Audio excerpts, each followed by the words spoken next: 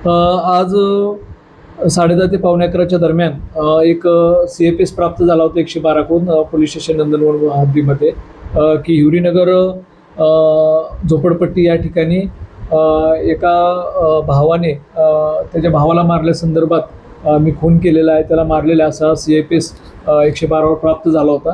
त्या अनुषंगाने तात्काळ सदर ठिकाणी आमचे जे 112 हँडल करणारे जे बीट मार्शल आहेत त्या ठिकाणी तात्काळ सदर ठिकाणी पोहोचले असता त्या ठिकाणी प्रदीप गोविंदराव बाबुले वय वर्ष 39 हा त्या ठिकाणी मयत अवस्थेत होता आणि त्याचा भाऊ भगवान गोविंदराव वाघुले ज्यानं त्याला मारहाण केलेली होती तो त्या ठिकाणी होता. पोलिसांनी तात्काळ त्याला ताब्यात घेतलेलं होतं आणि आत्तापर्यंत झालेल्या तपासामध्ये असं निष्पन्न झालेलं आहे की यातील जो मयत आहे तो फर्निचरचं काम करतो आणि जो आरोपी जो आहे तो पण फर्निचरचं काम करतो. आज आरोपीला जो मयत आहे त्याला 5,500 रुपये मिळालेले होते आणि ते 5,500 रुपये त्याने घरात ठेवले होते आणि तो बाहेर गेला होता. त्यानंतर घरात आल्यानंतर त्याला ते 5,500 रुपये दिसले नाही आणि तो भावाला म्हणत होता की माझे 5,500 रुपये कुठे गेले.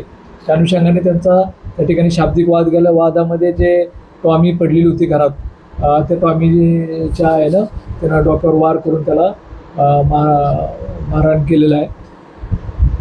यांचं जे याच्या वादाच्या अनुषंगाने पोलीस स्टेशनला अद्यापर्यंत कुठली तक्रार किंवा त्यांचे वादाच्या घटनाची कुठली रिपोर्टिंग नाही आहे किंवा यांचा वाद होता किंवा यांच्यामध्ये वैमनस्य होतं अशा पद्धतीची कुठली या पोलीस स्टेशन रिपोर्टिंग इन्स्टंट घटना आहे आणि ही म्हणजे तात्कालिक जे कारण म्हणतो आपण ते कारणामुळे ही घटना घडलेली आहे.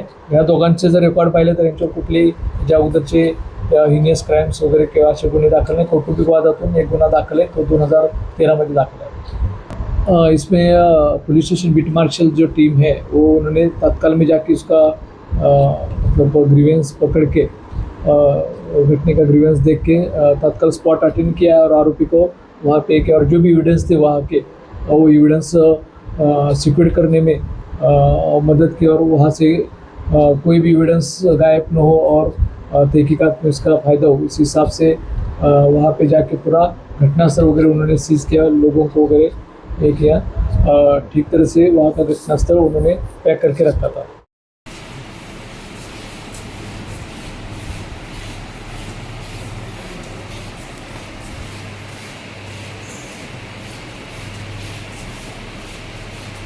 Like, share, and subscribe.